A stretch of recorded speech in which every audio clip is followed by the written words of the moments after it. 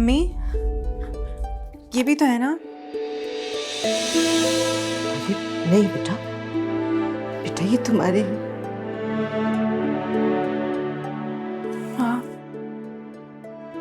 मेरे लिए बाबा से ज्यादा कोई चीज अहमियत नहीं रखती।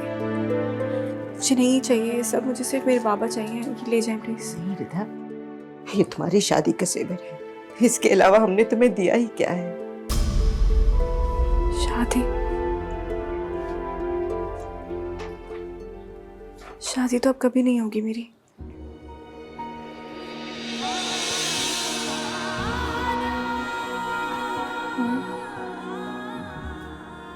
सैम के बगैर सब कुछ बेकार है माँ, और मेरे बाबा जान पे मेरा सब कुछ कुर्बान है। रो क्यों रही है? रोना तो बंद करें, सब ठीक हो जाएगा।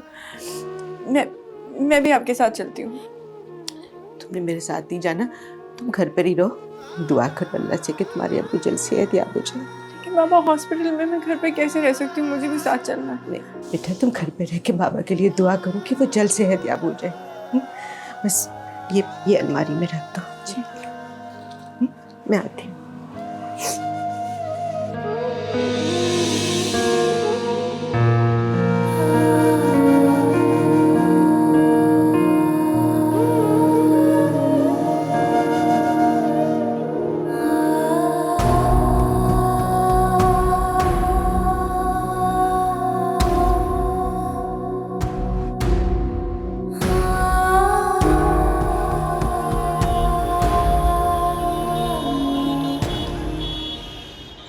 देखिए बाजी, मैं आपको इसका ज़्यादा से ज़्यादा 1.5 लाख रुपए दे सकता हूँ। सिर्फ 1.5 लाख? भाई साहब ये तो बहुत कीमती है और इसका वजन भी ज्यादा है, और आजकल इसकी लागत बहुत ज्यादा है। देखिए बाजी, सोना खरीदने वक्त दाम कुछ और होता है और बेचने वक्त दाम कुछ और होता है, और फिर वापसी पर कार्ड भी ली जाती है। ठीक है भाई साहब, आप रहने दें, मैं किसी और को दिखा देती हूँ। लाइन चले, हमारे आपके पुराने खानदानी तल्लुकात हैं, इसलिए मैं आपको इसका 50,000 रुपया और दे दूँ, इससे ज़्यादा गुंजाइश नहीं। ठीक है भाई साहब, दे दीजिए।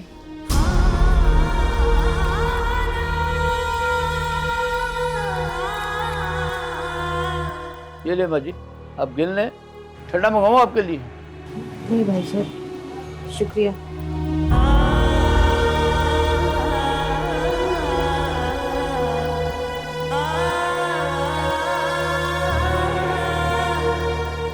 आज अम्मी का मूड अच्छा था। का मूड अच्छा ही रहे तो अच्छी बात है।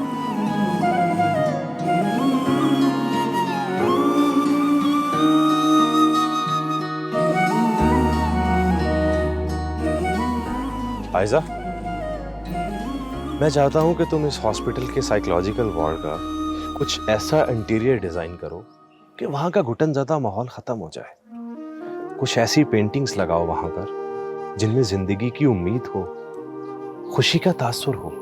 भाई मैं आपकी ये बात सुनकर बहुत खुश हुई हूँ, वरना उस वार्ड की तरफ तो किसी का ध्यान ही नहीं होता।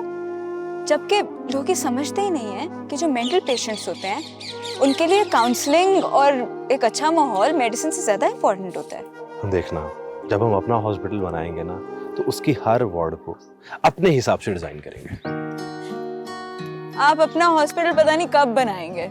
मेरी दानियाल से रात बहुत डिटेल से बात हुई है, अब मिलूंगा ना उससे तो बाकी चीजें भी डिस्कस करूंगा। हम सोच रहे हैं कि किसी अच्छे आर्किटेक्ट से भी राब्ता किया जाए।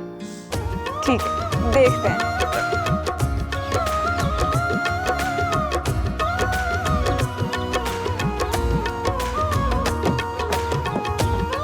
मेरा भी डोर ओपन कर।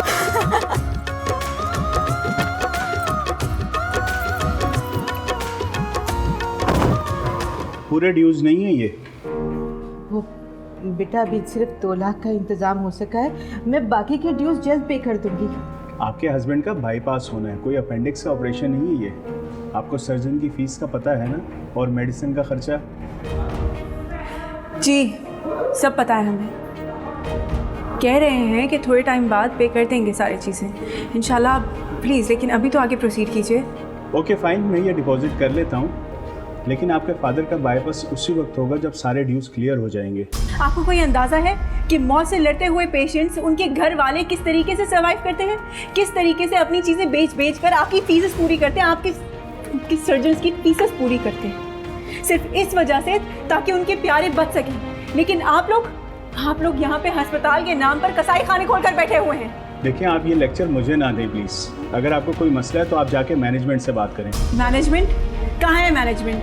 बुलाइए, मैं भी तो देखूं कि कौन है जो इंसान नहीं है बल्कि पत्थर है, जिनको ये एहसास ही नहीं है कि यहाँ पे कोई इंसान जिंदगी मौत के साथ अपनी जंग लड़ रहा है, लेकिन उन्हें सिर्फ अपने पैसे बनाने की बनी है। क्या मसला है इनका? सर, इनके फादर का बाईपास होना है और आपको तो पता है ना हॉस्पिटल के चार्जेस क्या हैं बाईपास के। सब मुझे पता है, लेकिन इनका प्रॉब्लम क्या है वो बताएं आप मुझे। डॉक्टर साहब, मेरी आपसे रिक्वेस्ट है, मैं चंद दिनों में हॉस्पिटल के सारे ड्यूज क्लियर कर दूंगी, लेकिन प्लीज़ पैसों की वजह से उनका ऑपरेशन मत रोकिएगा। उनकी हालत क्रिटिकल है। परेशान मत होइए, हो जाएगा, सब हो जाएगा।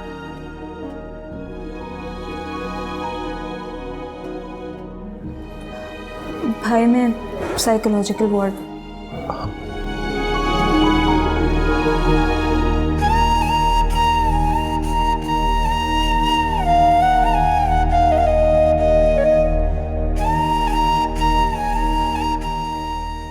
इंसानियत की खिदमत करने वाले पत्थर नहीं होते,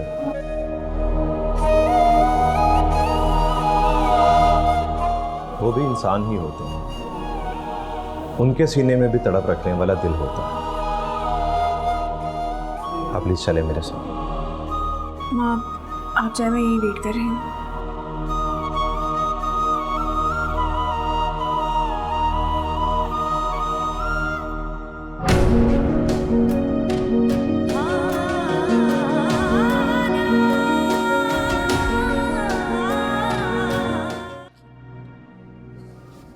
आंटी प्लीज आप रोए मत। बस बेटा, ये सारे किस्मत के खेल हैं, जिसने हमें अर्ज से उठाकर फर्श पर खड़ा कर दिया। पता नहीं अनजाने में हमसे कौन सी ऐसी गलती हो गई जो अल्लाह ताला हमसे नाराज हो गया। अरे आंटी ऐसा कुछ नहीं होगा। अल्लाह आपसे क्यों नाराज होगा भला? हो सकता है कि ये उसकी आजमाइश हो। आजमाइश? हाँ, ये आजमाइश ही है जो मेरी बेटी शादी के दूसरे रोज ही बेवा हो गई। हमारे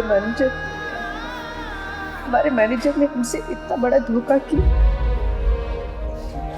इतना बड़ा फ्रॉड करके वो मुल्क से बाहर चला गया। हमारी कंपनी सारी दिवालिया हो गई। इसी टेंशन की वजह से मेरे शौहर को हार्ट अटैक हुआ, वरना हमारे हालात ऐसे नहीं थे। Very sad aunty. होते हैं कुछ लोग ऐसे दुनिया में जो अपने थोड़े से दुनियावी फ़ायदे की खातिर दूसरों की ज़िंदगी और अपनी आखिरत ख़राब कर लेते हैं। बहरहाल परेशान ना हो, आपके हस्बैंड का बाईपास हो जाएगा। मतलब तुम्हें इसकी जगह देगा। मैं कुछ ही दिनों में हॉस्पिटल के सारे ड्यूज दे दूंगी। अरे आंटी, अगर आपने मुझे बेटा कह के दुआ दे ही दी है तो परेशान क्यों हो रही है? सब ठीक हो जाएगा इंशाल्लाह। इंशाल्लाह। वो बेटा, उनका ऑपरेशन तो ठीक से होगा ना? इंशाल्लाह। आप अल्लाह से दुआ करें। हम क्या उनसे मिल सकते? जी जी शोर चले, आए मैं आपको लेकर चलता हूँ।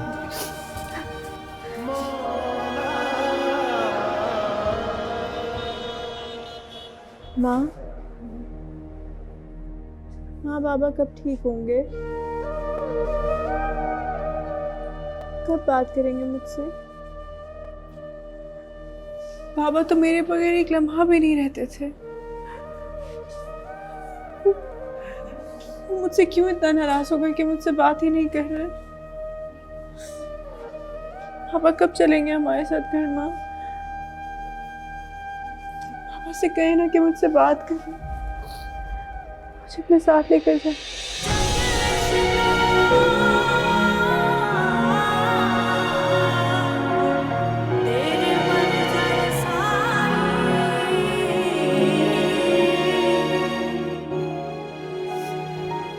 आपके बाबा ठीक हो जाएंगे।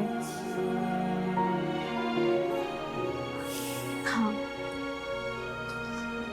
आपको अल्लाह पे भरोसा है ना? बस आप भरोसा रखिए। आंटी, सुबह हम अंकल को सर्जरी के लिए ले जाएंगे। मैं सीनियर सर्जन से बात करूंगा, आप प्लीज़ परेशान मत।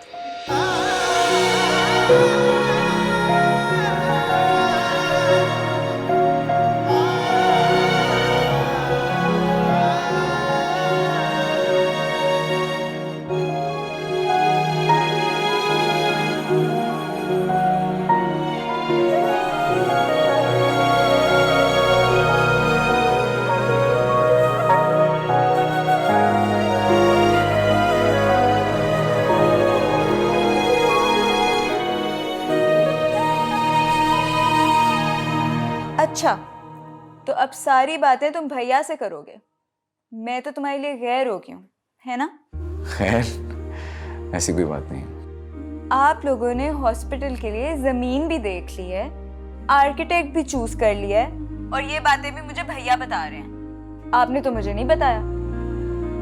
तो अब बताएं, हो गई ना मैं गैर? भाई डायलॉग आ गया तुम्हें? कहीं थिएटर तो नहीं शुरू कर दिया तुमने? ये शाम में भी तो आर्ट ही होते हैं, स्पेसिफिकली फाइन आर्ट। और ये जो आपको बातें घुमाना आ गई हैं, उसे क्या कहते हैं? इसका भी तो कोई नाम होगा ना आपकी सर्जरी में? हाँ है। क्या?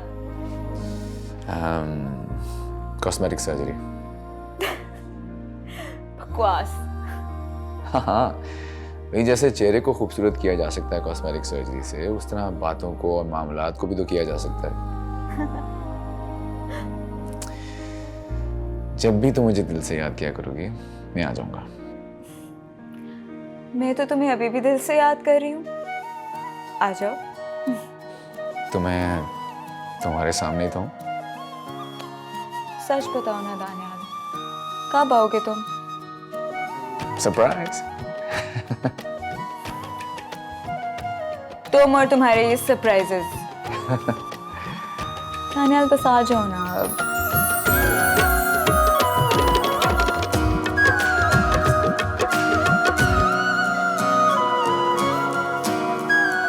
हाँ लाओ बेटा। बेटा थोड़े से बच्चे रह गए हैं, बस मैं इन्हें भी बांट दूं। तुम जल्दी से तैयारी कर लो, फिर हॉस्पिटल चलते हैं। आ जाओ।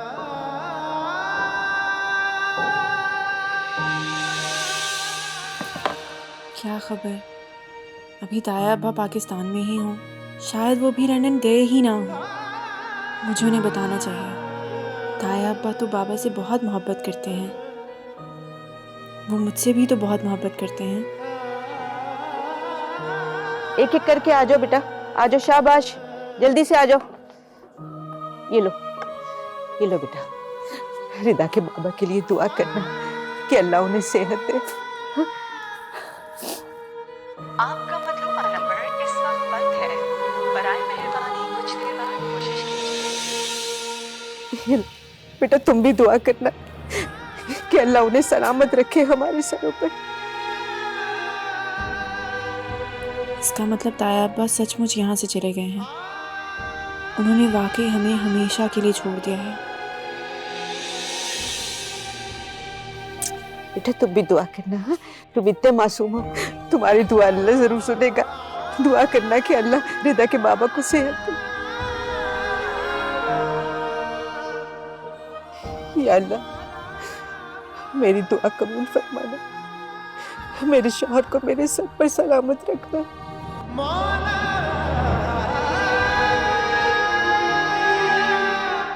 हो गया आंटी, मैं हॉस्पिटल चलता हूँ, आप लोग अपनी गपशप लगाएं। बेटा आज तो हॉस्पिटल न जाते, तुम्हारी आंटी आई है तुमसे मिलने, और तुम घर पर नहीं रुकोगे? मम्मा मैं रुक जाता, लेकिन मेरा एक पेशेंट है, उसकी हालत काफी क्रिटिकल है, उसका बाईपास।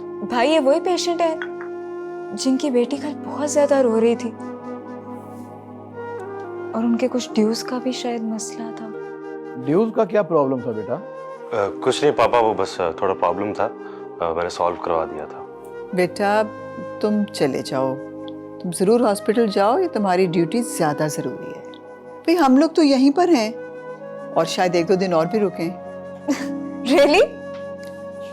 हाँ, बल्कि रफिया भी आ जाएगी और फिर मिल के हम खूब शॉपिंग करेंगे।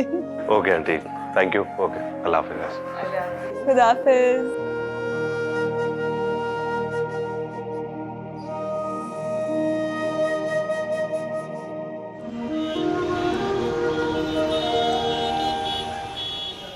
इंशाअल्लाह इंशाअल्लाह मेरा रब बड़ा रहम वाला है, वो आपको जल्द सेहत दे देगा, पहले जैसी सेहतमंद जिंदगी होगी। अल्लाह आपका हमेशा साया मुझ पे कायम रखे। अल्लाह करे मेरे पापा को मेरी भी उम्र लग जाए।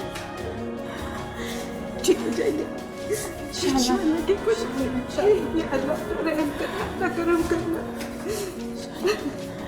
हाँ, वो बिल्कुल ठीक हो जाएंगे ना? ये अल्लाह अपना करम करना। बेशक शफा और ज़िंदगी अल्लाह के हाथों में है, लेकिन हम लोग पूरी कोशिश करेंगे कि आप लोग भी अल्लाह की रहमत से मायूस मत होइए।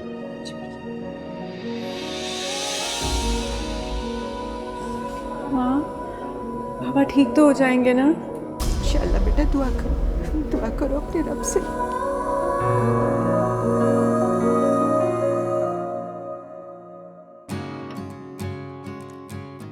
इस वक्त मेरा दानियाल लाहौर एयरपोर्ट लैंड करने वाला होगा। अगर ये लड़का मुझे मना ना करता तो मैं भी इस वक्त एयरपोर्ट इसको लेने पहुंची हुई होती।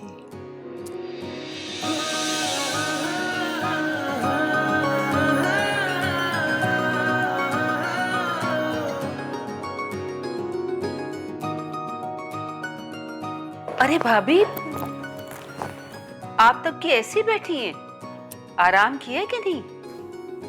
हाँ हाँ, इस इजी चेयर में मैं आराम ही कर रही थी। अच्छा क्या नफीसा, तुम आ गई हो, बैठो कुछ बात ही करते हैं। मैंने सोचा आपसे पूछ लूं कि आपने कहीं बाजार वगैरह तो नहीं जाना? हाँ, शॉपिंग तो मुझे करनी है, मगर आज नहीं। आज तो मुझे अपने बेटे का इंतजार है। बेटे का? मैं सिकंदर बेटे की बात कर रही थी। आज सुबह कुछ परेशान सा गया है, मुझे उसी की फिक्र हो रही थी। बस भाभी, सिकंदर है भी तो बहुत नरम दिल का। किसी मरीज की तकलीफ, दुख उसे बेचैन कर देती है। बिल्कुल मेरे दानियाल जैसा। तभी तो दोनों की इतनी गहरी दोस्ती है। अरे नफीसा, दोनों नहीं, चारों कहो ना। ये माशाल्लाह हमारा दानियाल, सिकंदर, आयशा और ये हमारी बच्ची है ना। हाँ, रफिया। हाँ रफिया। भाई ये चारों तो एक दूसरे के बगैर गुजारा ही नहीं कर सकते। क्या ये अच्छा हो भाभी अगर ये दोस्तियां रिश्तेदारी में बदल जाएं? कहते तुम बिल्कुल ठीक रही हो। ख्वाहिश तो मेरी भी यही है। तो फिर भाभी रुकावट क्या है? आप आयशा और दानियाल की शादी का फैसला क्यों नहीं कर लेते? हाँ, तो दानियाल माशाल्लाह पढ़ाई से फारिग हो ही गया है। अब तो मैं उसकी शादी में बिल्कुल देर नहीं करूंगी। मतलब आपकी तरफ से बात तो पक्की है ना? नफीसा बहन, अब हम तो सिर्फ ख्वाहिश या इरादा ही कर सकते हैं ना। फैसला करने वाली तो अल्लाह की जात है। बस दुआ करो कि अल्लाह को इनका साथ मंजूर हो। आमीन। ये आयशा कहाँ है, नजर नहीं आ रही। पता नहीं, अभी कुछ देर पहले निकली है। आयशा कह रही थी उसे किसी जरूरी काम से जाना है। जानती हूँ मैं किस जरूरी काम गई हूँ। तुमने इतनी देर कहाँ लगा दी? सब पैसेंजर्स बाहर आ गए, तुम ही नहीं आए। यार वो बैगेज आने में टाइम लग गया बस। और हाँ, वो सर्जन साहब कहाँ है हमारे? मेरे ख्याल में अभी तक तो फ्री हो चुका होगा। नहीं, वो आज किसी बहुत सीरियस बाईपास में फंस गए हैं। मुझे लगता है अभी तक हॉस्पिटल ही होंगे। तो फिर हम ऐसा करते हैं कि हॉस्पिटल चलते हैं। वैसे आंटी तुम्हारा घर पे वेट कर रही हैं। तो एक साथ ही चलेंगे ना, सिकंदर को लेके सब साथ चलेंगे। ठीक है, चलो।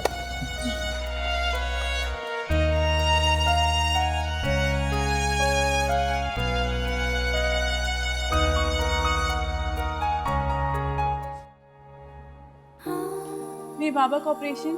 प्लीज़ ये मेडिसिन लें आप। मैं अभी ले आती हूँ। मैं लेकर आती हूँ, तुम बैठो।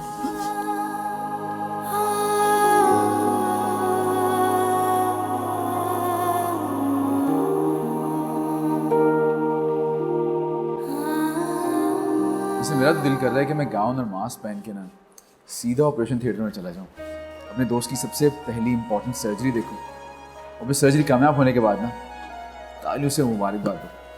जो उस वक्त उसका फेस एक्सप्रेशन होगा ना, वो देखने वाला होगा। वाह, बहुत ही फिल्मी सोच होगी है तुम्हारी।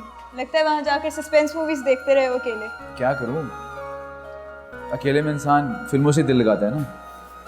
वैसे आई एम सीरियस। इम्पॉसिबल, तुम्हारी ये फिल्मी सोच यहाँ पूरी नहीं हो सकती।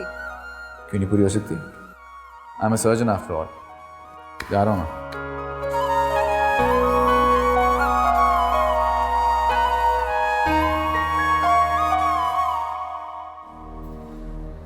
आंटी, अंदर से कोई खबर आई? आंटी आप परेशान ना हो, मेरे भाई भी अंदर ही हैं, बस आप टेंशन ना लो। आंटी रिदा कहाँ है? वो बेटा वुज़ू करने गई है। भाई साहब, तो ये दवाइयाँ अंदर पहुँचानी है।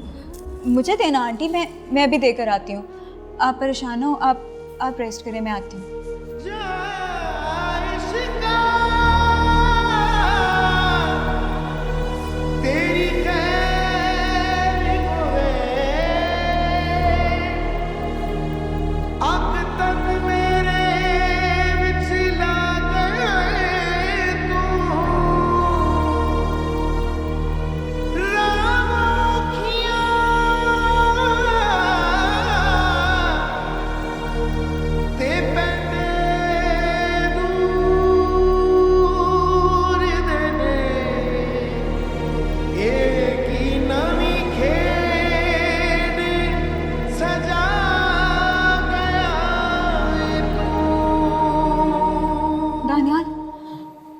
प्लीज़ अंदर जाकर सिचुएशन बताओ। कोई नहीं हमें कुछ बता रहा। ये रिदा के फादर हैं, उनकी तबीयत नहीं ठीक।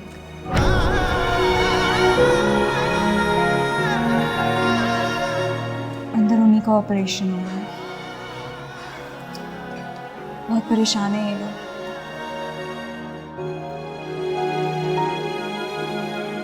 दानियाल जाओ ना, क्या पता भाई को तुम्हारी ज़रूरत हो। मैं जाऊँ।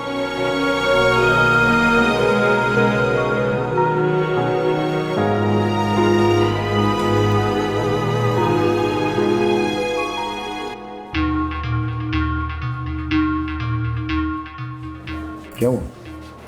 हम जावेद साहब को नहीं बचा सके। समझ में नहीं आ रहा कि मेरी माँ बेटी को ये कैसे खबर सुना।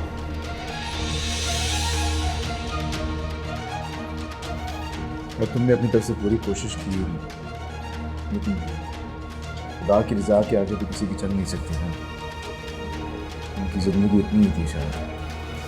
बेशक अल्लाह की रज़ा के आगे तो किसी की नहीं चल सकती, लेकिन उस लड़की की शादी के रात उसके मियाँ का मर्डर हो गया था, उसके बाप का इंतकाल हो गया है, वो दोनों माँ बेटियाँ बेवा हो गई।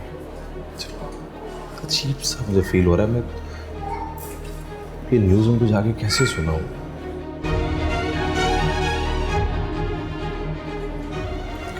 चाहता हूँ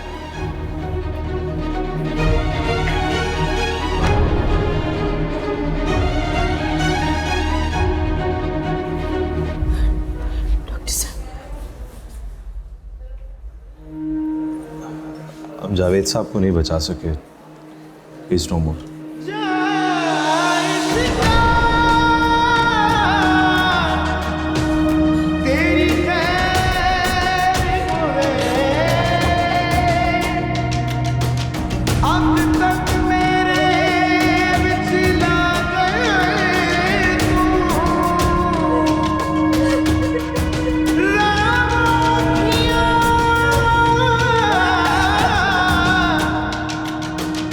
They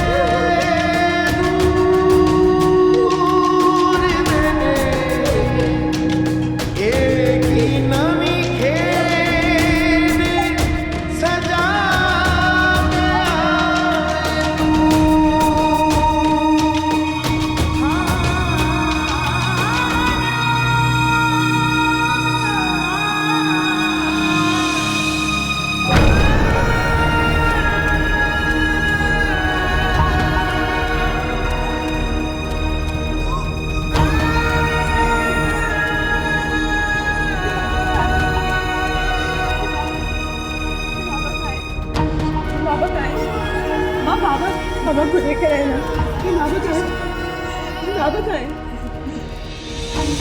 झूठ बोल रहे हैं ना माँ, माँ ये झूठ बोल रहे हैं ना माँ। अल्लाह ताला हमारे साथ ऐसे नहीं कर सकते माँ, अल्लाह ताला हमारे साथ ऐसे कैसे कर सकते? अल्लाह ताला हमसे बहुत प्यार करते हैं। ये बाबा कहाँ है? आपने कहा था कि आप बाबा को बचा लेंगे, आपने बाबा को क्यों नहीं बचाया? माँ, माँ!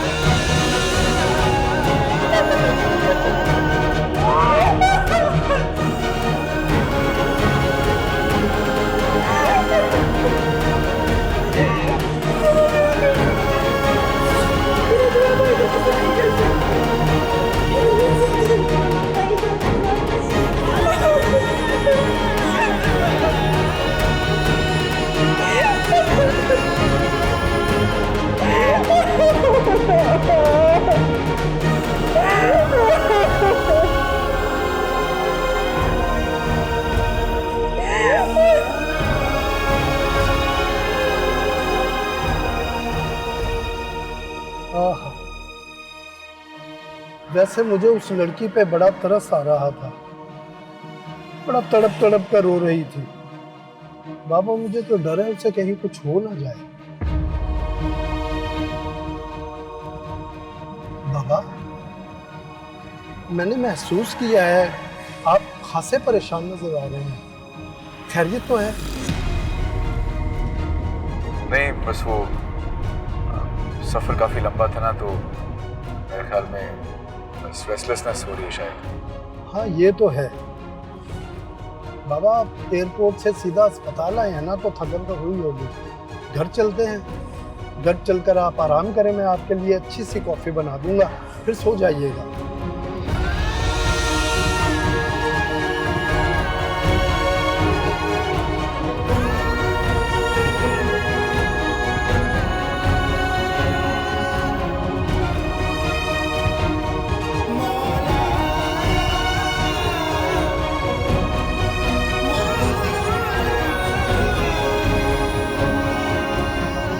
आप लोगों के घर पे कोई मर्द है? अगर आप चाहती हैं तो मैं हॉस्पिटल में ही सारे मामला तय करवा दूं। नहीं बेटा, मैं घर से सारी रसूमात करना चाहती। अच्छा चलो ठीक है, मैं बाकी प्रोसीजर करके आता हूँ। आयजा, हम इनके साथ जाएंगे और कफन दफन का बंदोबस्त करेंगे। आप बहुत परेशान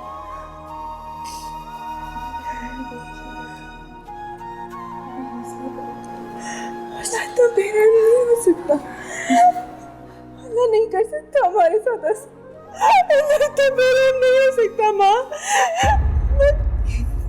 मैं से सब कुछ इनके मेरे बाबा नहीं छीन सकता अल्लाह मुझसे।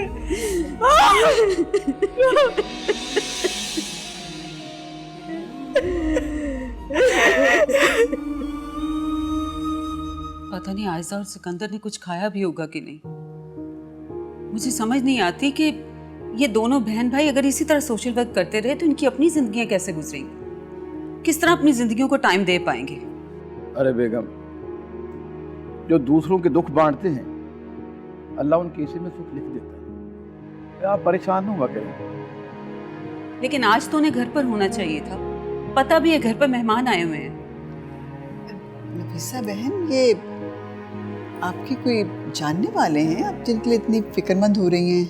इंसानियत का रिश्ता सबसे बड़ा होता है अम्मी। दुख की कैफियत तो वैसे भी अजनबियों को एक कर देती है। अगर हम वहां पे होती ना उनके सामने, आपका दिल करता कि आप भी किसी तरह उनका गम बांट लें बस। अच्छा भाई, हॉस्पिटल में तो हर थोड़ी देर बाद किसी न किसी की मौत होती रहती है। अब डॉक्टर्स की ड्यूटी तो नहीं है ना कि मरने वालों की मैयतों को उनके घर छोड़कर आए। आपको नहीं पता कि क्या कुछ हो चुका है उसके साथ। शादी के दूसरे दिन उसके हस्बैंड की डेथ हो गई और अब उसके वालिद की, पता नहीं घर में कोई कमाने वाला है भी, कैसे गुजारा होगा।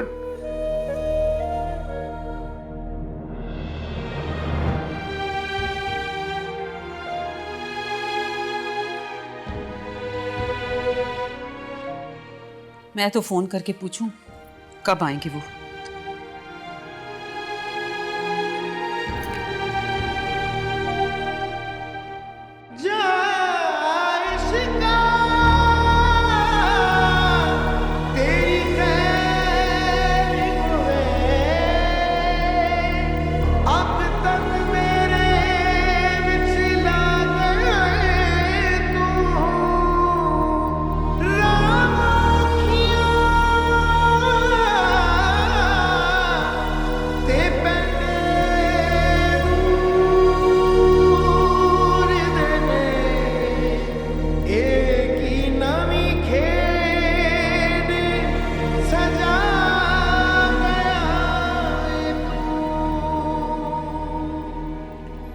आपको मजीद परेशान होने की जरूरत नहीं है।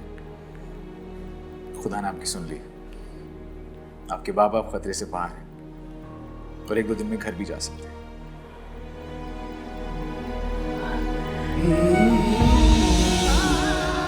समझ में नहीं आ रहा कि मैं माँ बेटी को ये कैसे खबर सुनाऊं। उस लड़की की शादी के रात उसके मियाँ का मर्डर हो गया था, अब उसके बाप का इंतकाल हो गया है, तो दोनों माँ बेटियाँ बेवा हो गई।